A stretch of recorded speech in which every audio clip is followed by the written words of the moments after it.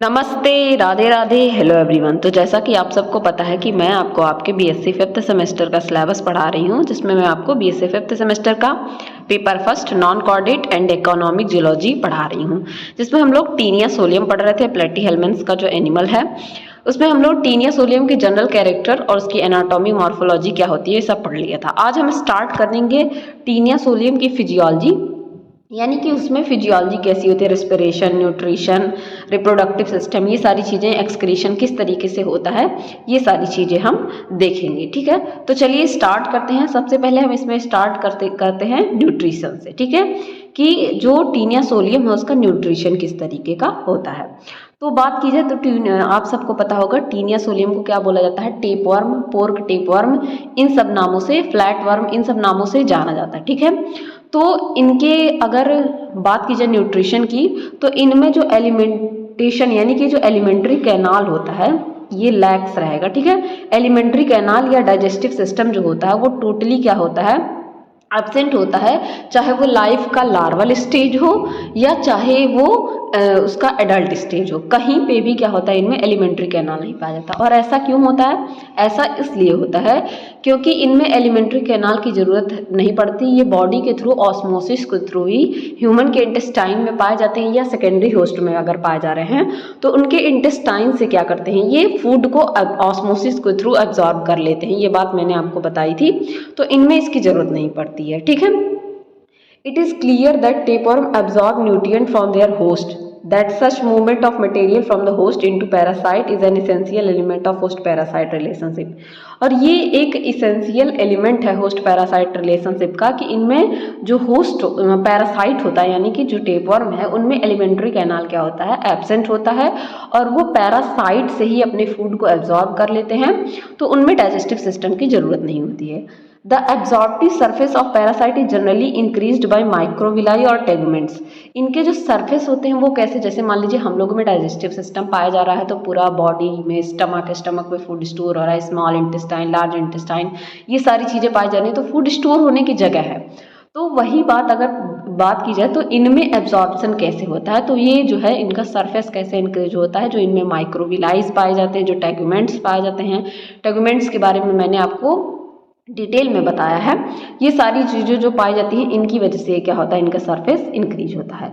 Some of tissue fluids from the host are probably absorbed by scolex of tapeworm which is anchored deeply into the intestine mucosa.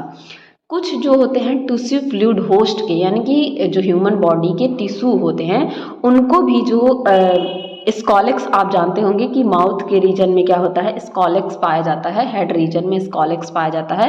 वो scolex क्या करते हैं कि कुछ tissue भी क्या करते हैं, टिश्यू को भी एब्जॉर्ब कर लेते हैं अपनी बॉडी में इंटेस्टाइनल म्यूकोसा से। ठीक है, the stored food consist of mainly glycogen and some lipid substance. इनका जो स्टोर फूड होता है मेनली किस फॉर्म में रहता है, या तो ग्लाइकोजन फॉर्म में या लिपिड सबस्टांस के फॉर्म में रहता है। तो ये हो गया इनका न्यूट्रिटिव सिस्टम, या कह सकते हैं आप एलिमेंट्री सिस्टम या डाइजेस्टिव सिस्टम।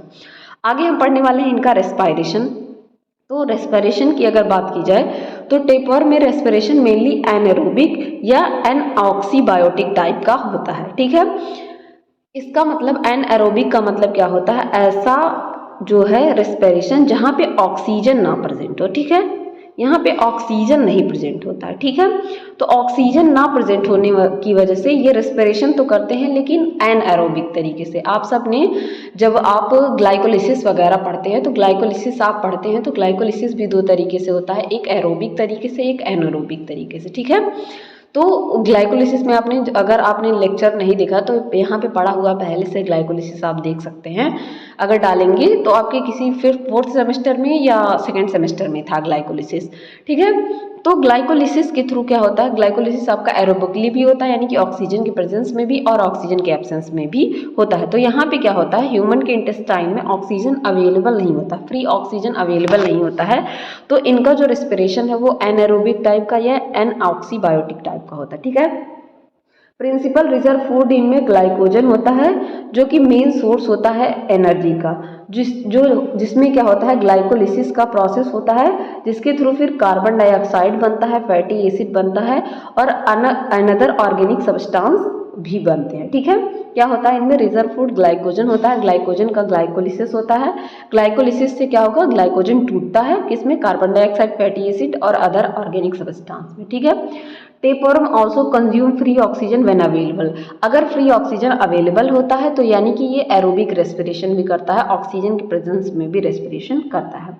अब हम पढ़ने वाले हैं इसका एक्सक्रीटरी सिस्टम। ठीक है, तो पहले एक्सक्रीटरी सिस्टम आप देख लीजिए यहाँ पे। ठीक है, एक्सक्रीटरी सिस्टम इनका नेफ्रीडिया होता है। ठीक है, नेफ्रीडियल प्लेक्सस यहाँ पे पाया जा रहा है, ये तो आप जान रहे हैं, रोस्टेलम, फिर हुक्स, सकर पाए जाते हैं। ठीक है, ये डॉर्सल वेसल और ये वेंट्रल वेसल्स और ट्रांसवर्स वेसल। इस तरीके से प्लेक्सस यानी कि नेटवर्क, प्लेक्सस का मतलब होता है जाल, नेटवर्क लाइक स्ट्रक्चर ये बनाते हैं। यहाँ पे एक फ्लेम सेल का स्ट्रक्चर दिखाया गया है। फ्लेम सेल को मैंने जब आपको फिजियोला पढ़ाया था तो वहाँ भी अच्छे से बताया था, ये देख सकते हैं, ये फ्लेम सेल का स्ट्रक्चर है। यहाँ पे ये ल्यूमेन है फ्लेम सेल का, फ्लिकर लाइक फ्लेम, ये लौ दिए में लौ की तरह जलते हैं, ये देख सकते हैं जैसे लौ जलती है उस तरीके से कुछ ये स्ट्रक्चर होता है इनके ल्यूमेन में, इसी वजह से इनको क्या कहा जाता है, फ्लेम सेल कहा जाता है। ये बेसल ग्रेन्यूल्स पाया जा रहा है, बीच में न्यूक्लियस पाया जा रहा है, स्यूडोपोडिया यानी कि फॉल्स क्या फूट लाइक स्ट्रक्चर, पैर लाइक स्ट्रक्चर, यहाँ पे ग्लोब्यूल्स ऑफ एक्सक्रीशन और टर्मिनल ऑफ कैपिलरी डक्ट, ये स्ट्रक्चर इनका होता है। अब एक एक करके हम इसको देखेंगे।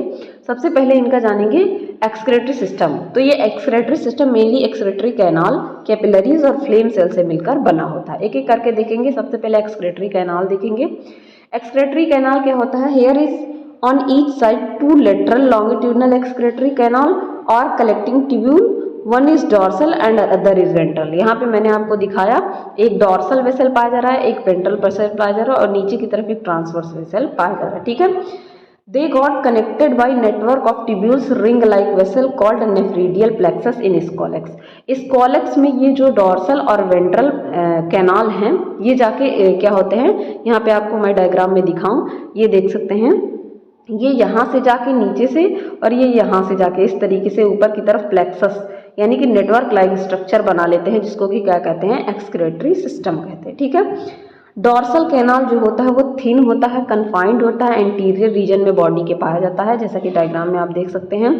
वेंट्रल कैनाल लार्ज होता है, एक्सटेंडेड होता है entire length of the body में। ठीक है, मतलब पूरी बॉडी में ये एक्सटेंडेड होता है, फैला हुआ होता है। दो वेंट्रल कैनाल होते हैं, कनेक्टेड होते हैं किसके थ्रू, ट्रांसवर्स कैनाल के through, posterior part of the each proglottid. Last proglottid को छोड़कर जो वेंट्रल कैनाल होते हैं वो नीचे की तरफ आके, ठीक है, वेंट्रल कैनाल नीचे की तरफ आके किससे, एक ट्रांसवर्स वेसल से जुड़ जाते हैं और ये पूरे सेगमेंट में बॉडी के पाए जाते हैं एक्सेप्ट लास्ट सेगमेंट। ठीक है, लास्ट सेगमेंट को छोड़कर, लास्ट प्रोग्लॉटिड को छोड़कर, प्रोग्लॉटिड के बारे में मैंने आपको डिटेल में पढ़ाया है, उसमें नहीं पाए जाते हैं। In the last proglottid they join form pulsatile bladder और caudal vesicle opening in the exterior by single excretory pore. Last वाले सेगमेंट में क्या होते हैं, एक पल्सेटाइल ब्लैडर या कॉडल वेसिकल में खुलते हैं, जो कि जिसमें किसमें जाके, सिंगल एक्सक्रीटरी पोर में जाके खुलता है।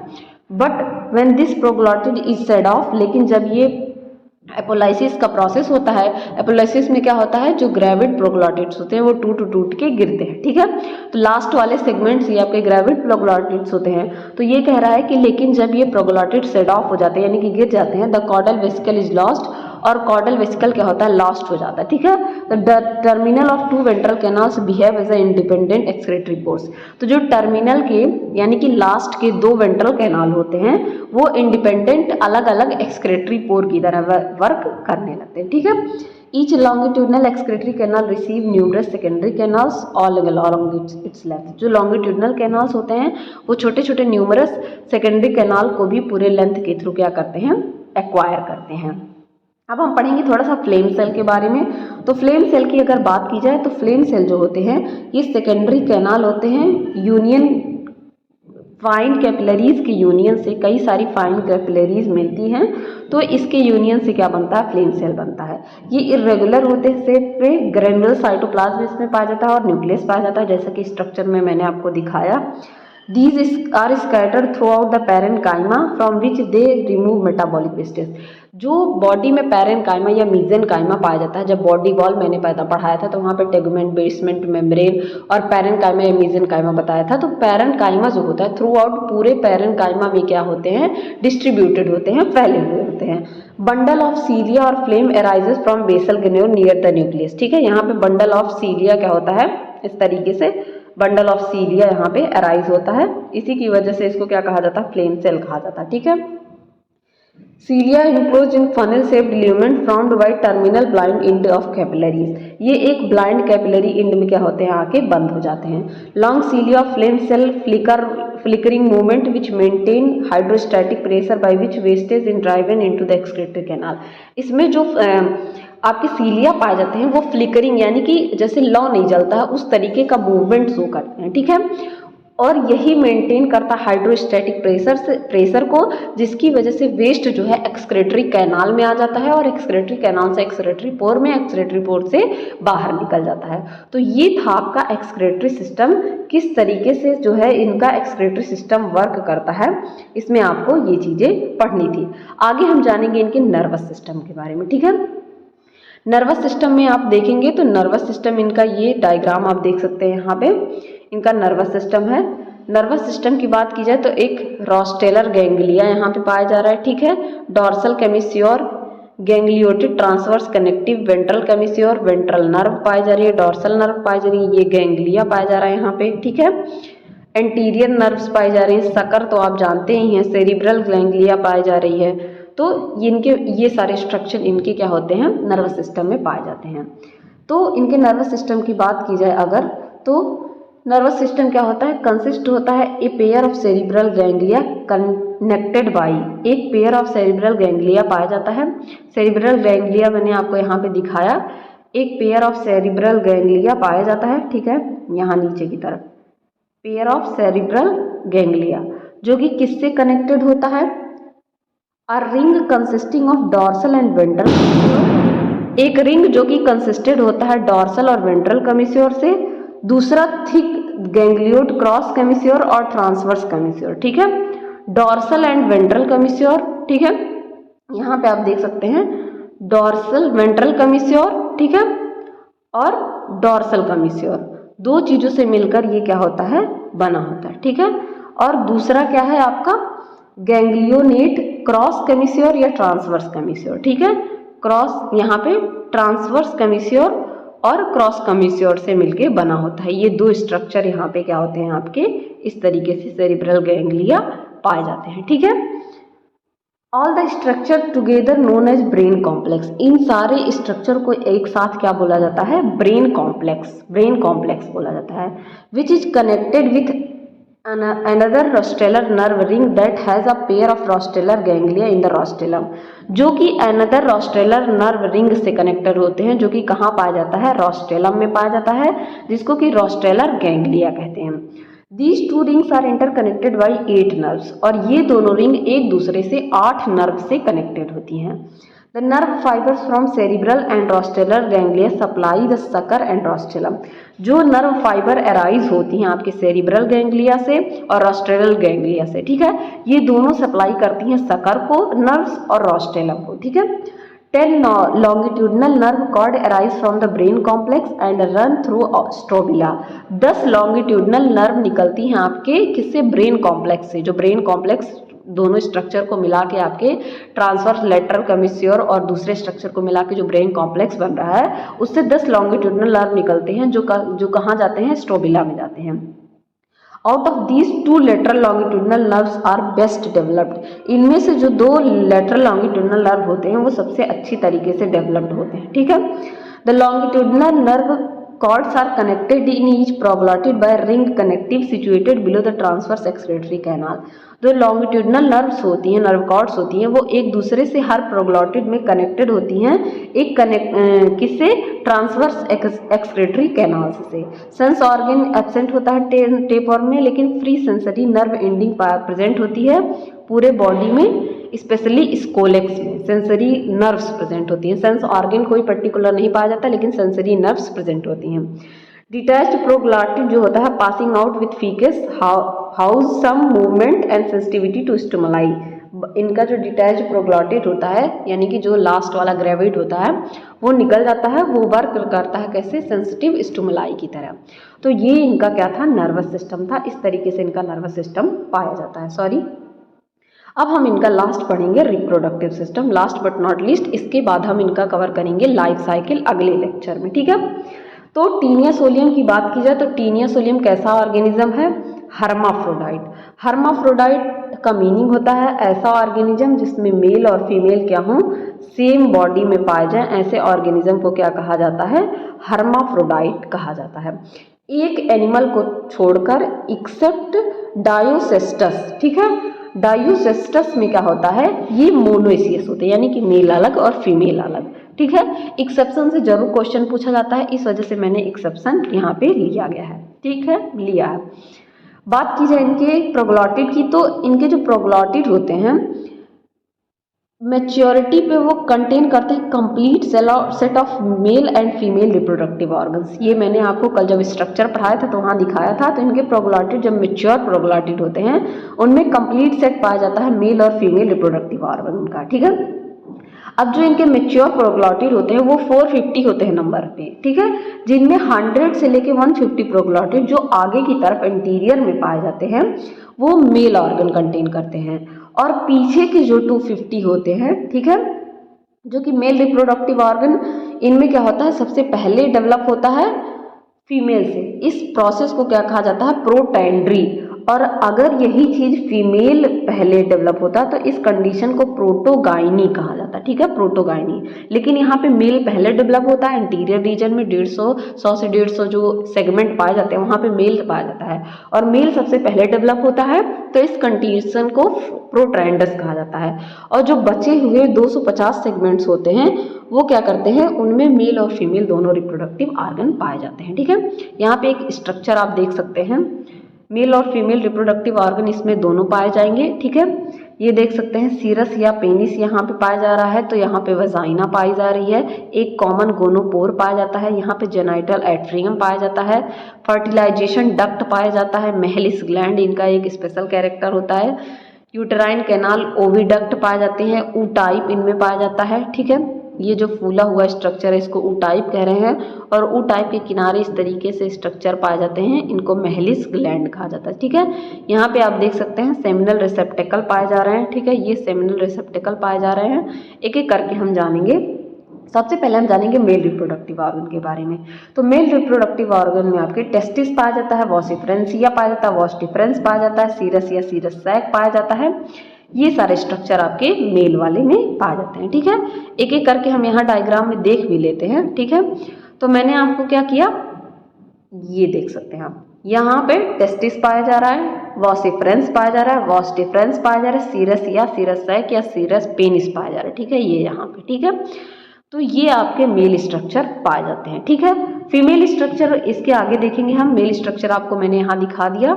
इस डायग्राम को आप केवल क्या कर सकते हैं, बाकी चीज़ें ना बनाएं, तो ये ऊपर का एरिया इस तरीके से और ये स्ट्रक्चर, ठीक है, इसको आप बना के एक कॉमन गोनोपोर डक्ट में यहाँ पे खोल सकते हैं। मैंने डायग्राम बनाया था अपना, उसको यहाँ मैं ऐड नहीं कर पाई हूँ हैंड वाला, तो वो आपको ज़्यादा समझ में आता, ठीक है। तो यहाँ पे अगर आप कहेंगे तो मैं आपको टेलीग्राम पे भेज दूंगी, उसके लिए आपको कमेंट करना पड़ेगा, ठीक है। कमेंट करिएगा तो मैं आपको हैंडमेड डायग्राम टेलीग्राम पे सेंड कर दूंगी। चलिए एक एक करके पढ़ते हैं। तो मेल रिप्रोडक्टिव ऑर्गन की अगर बात की जाए तो ये किससे मिलकर बना होता है, टेस्टिस, वॉसिफ्रेंस, वॉस डिफरेंस, सीरस या पेनिस, जेनाइटल एट्रियम। टेस्टिस क्या होता है, numerous small and red scattered along length breadth of proglottids. ये देख सकते हैं, ये पूरे लेंथ में क्या होते हैं, इस तरीके से फैले हुए हैं टेस्टिस, ठीक है। दोनों तरफ क्या है, टेस्टिस इस तरीके से स्कैटर्ड है, फैले हुए हैं। वॉस इफरेंस की बात की जाए तो वॉस इफरेंस क्या होता है, from each testis arises a fine ductule that is vas efferens. हर टेस्टिस से जो ये बीच में पाया जा रहा है, इससे इस तरीके से फाइन स्ट्रक्चर एक निकल रहा है, जिसको क्या बोला जा रहा है, वॉस इफरेंस बोला जा रहा है। वॉस इफरेंस यूजुअली इंटरकनेक्टेड होते हैं with similar ductules from the surrounding of the testis to form a common sperm duct, vas deferens, ठीक है, the middle of the proglottid. जो वॉस इफरेंस है, ये छोटे छोटे स्मॉल डक्ट हैं, ये आपस में कनेक्ट होके एक कॉमन डक्ट्यूल का फॉर्मेशन करते हैं जिसको कि वॉस डिफरेंस बोला जाता है। यहाँ देख सकते हैं ये एक कॉमन डक्ट बन रहा है, इससे कई सारे फाइन स्ट्रक्चर निकले हुए हैं। ये क्या बनाते हैं, ये वॉस डिफरेंस बनाते हैं। ठीक है, वॉस डिफरेंस की बात की जाए तो ये थिक होता है, कन्वॉल्यूटेड ट्यूब होता है, ट्रांसवर्स होता है पोजीशन में, एक्सटेंडेड होता है toward the lateral margin, left to right में प्रोग्लॉटिड के ये पाया जाता है। और फिर ये ओपन होता है किसमें, सीरस सैक में। ठीक है, सीरस में आके ये ओपन होता है, यहाँ आप देख सकते हैं सीरस में आके ये ओपन हो रहा है। सीरस या सीरस सैक की बात की जाए तो सीरस क्या होता है, एक thick muscular eversible copulatory organ है that is enclosed by firm sheath या सिरस सैक। सिरस क्या होता है, सिरस सैक से इनक्लोज्ड होता है, मस्कुलर होता है, कॉपुलेटरी ऑर्गन है, यहीं पे कॉपुलेशन होता है मेल और फीमेल स्ट्रक्चर का। ठीक है, the cirrus open by the male gonopore into cup shaped genital atrium. जो मेल स्ट्रक्चर होता है वो male gonopore cup shaped structure में किसमें, जेनाइटल एट्रियम में ओपन होता है। ये देख सकते हैं यहाँ पे इस तरीके से ये cup shape structure genital atrium में क्या हो रहा है, ओपन हो रहा है। जो जेनाइटल एट्रियम होता है ओपन होता है एक्सटीरियर बाय कॉमन गोनोपोर, यहाँ पे गोनोफोर नहीं गोनोपोर रहेगा। ठीक है, gonopore situated at the peak of tiny protuberance the genital papilla, जो कि किस में ओपन होता है, इस तरीके से जेनाइटल पेपिला पाया जा रहा है, इसमें ये क्या कॉमन गोनोपोर में आके ओपन होता है। ठीक है, अब the common gonopores of successive proglottids lie alternatively on both side, दोनों साइड में ये पाए जाते हैं।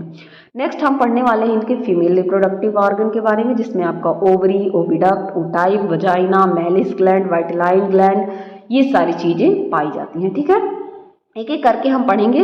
पहले डायग्राम में आप देख लीजिए कि क्या क्या चीजें कहाँ पाई जा रही हैं।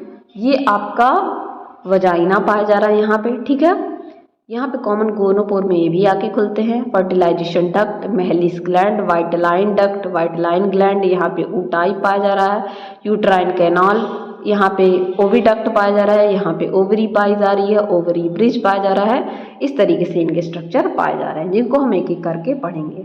तो जो फीमेल रिप्रोडक्टिव ऑर्गन होता है वो किस किस चीज़ से मिलकर बना होता है, पहले ovary, oviduct, ootype, vagina, uterus, Mehlis gland और वाइटेलाइन ग्लैंड, इन चीज़ों से मिलकर बना होता है। बात की जाए ओवरी की तो इसको हम जर्मेरियम भी कहते हैं। ओवरी की बात की जाए अगर तो इसे हम जर्मेरियम भी कहते हैं। और ये स्ट्रक्चर आप देख सकते हैं, यहाँ पे ओवरी पाई जा रही है आपकी। ठीक है, ओवरी को हम जर्मेरियम भी कहते हैं। ठीक है, ओवरी क्या होता है, बाइलोब्ड होता है ventrally in posterior part of the proglottids. दो यानी बाइलोब्ड का मतलब दो पाया जाता है, वेंट्रल रीजन में पाया जाता है और पोस्टीरियर पार्ट में, ये ऊपर के पार्ट को इंटीरियर, नीचे के पार्ट को पोस्टीरियर कहा जाएगा। तो ये कहाँ पाया जा रहा है, पोस्टीरियर रीजन में पाया जा रहा है और दो पाया जा रहा है। ठीक है, बाइलोब्ड है। ठीक है, each lobe of ovary is dorso ventrally flattened. Dorso ventrally flattened होते हैं, चपटे होते हैं, जैसे कि इनकी बॉडी होती है उस तरीके से। Consist of number of radially arrange germinal cords और फॉलिकल, जिनमें कई सारे जर्मिनल कॉर्ड या फॉलिकल पाए जाते हैं। Both lobes connected medially by transverse tubular bridge, जिसको कि ओवेरियन ब्रिज या स्थमस कहते हैं। दोनों इस तरीके से एक ब्रिज से कनेक्टेड होते हैं जिसको कि क्या बोला जाता है, स्थमस। ठीक है, या ओवेरियन ब्रिज बोला जाता है। उसके बाद पाया जाता है ओविडक्ट, ये शॉर्ट होता है लेकिन void, arise from middle of the ovarian isthmus, middle of ovarian isthmus से खुलता है और ओपन होता है ऊटाइप में। यहाँ नीचे आप देख सकते हैं ये ओविडक्ट यहाँ से निकल रहा है। ठीक है, ये ओविडक्ट यहाँ से निकल रहा है और ऊटाइप में आके खुल रहा है।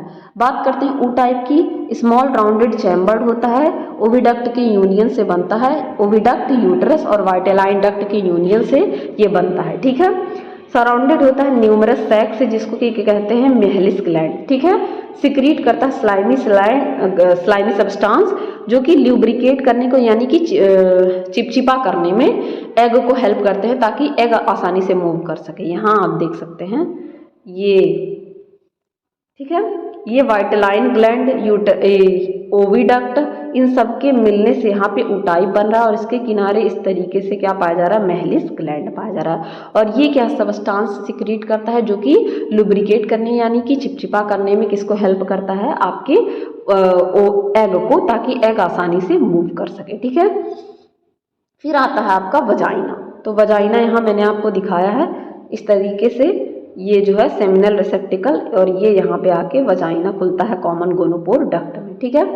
तो वजाइना की बात की जाए तो ये बेंट नैरो ट्यूबुलर स्ट्रक्चर होता है जो कि फीमेल जेनाइटल पोर से अराइज होके कहाँ लोकेटेड होता है, मेल जेनाइटल पोर के पीछे की तरफ, और खुलता कहाँ है, जेनाइटल एट्रियम में।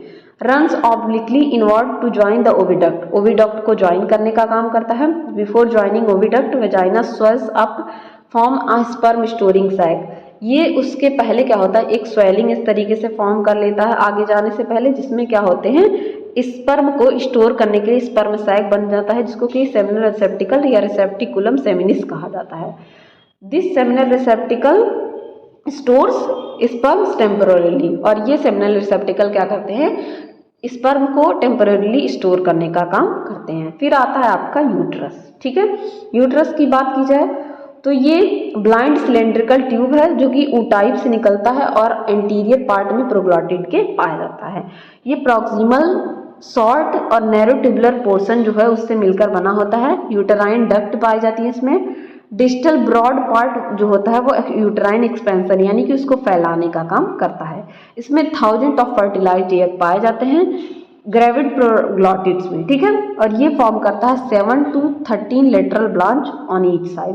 ग्रेविड प्रोग्लॉटिड में मैंने आपको दिखाया था कि किस तरीके से, जब स्ट्रक्चर पढ़ाया था किस तरीके से, यहाँ पे मैं फिर से दिखा देती हूँ आप किस तरीके से इस स्ट्रक्चर में ये पूरा भरा हुआ है, ठीक है। यूट्रस इस तरीके से ये भरे रहते हैं, ठीक है। यूट्रस क्या होता है, जेनाइटल स्ट्रक्चर ग्रेविड प्रोग्लॉटिड में पाए जाते हैं, ठीक है। वाइटलाइन ग्लैंड की बात की जाए, लार्ज लोबलेटेड ग्लैंड होता है, पोस्टीरियर मार्जिन में पाया जाता है प्रोग्लॉटिड के, कनेक्टेड होता है ऊटाइप से और शॉर्ट मीडियन वाइटलाइन डक्ट से।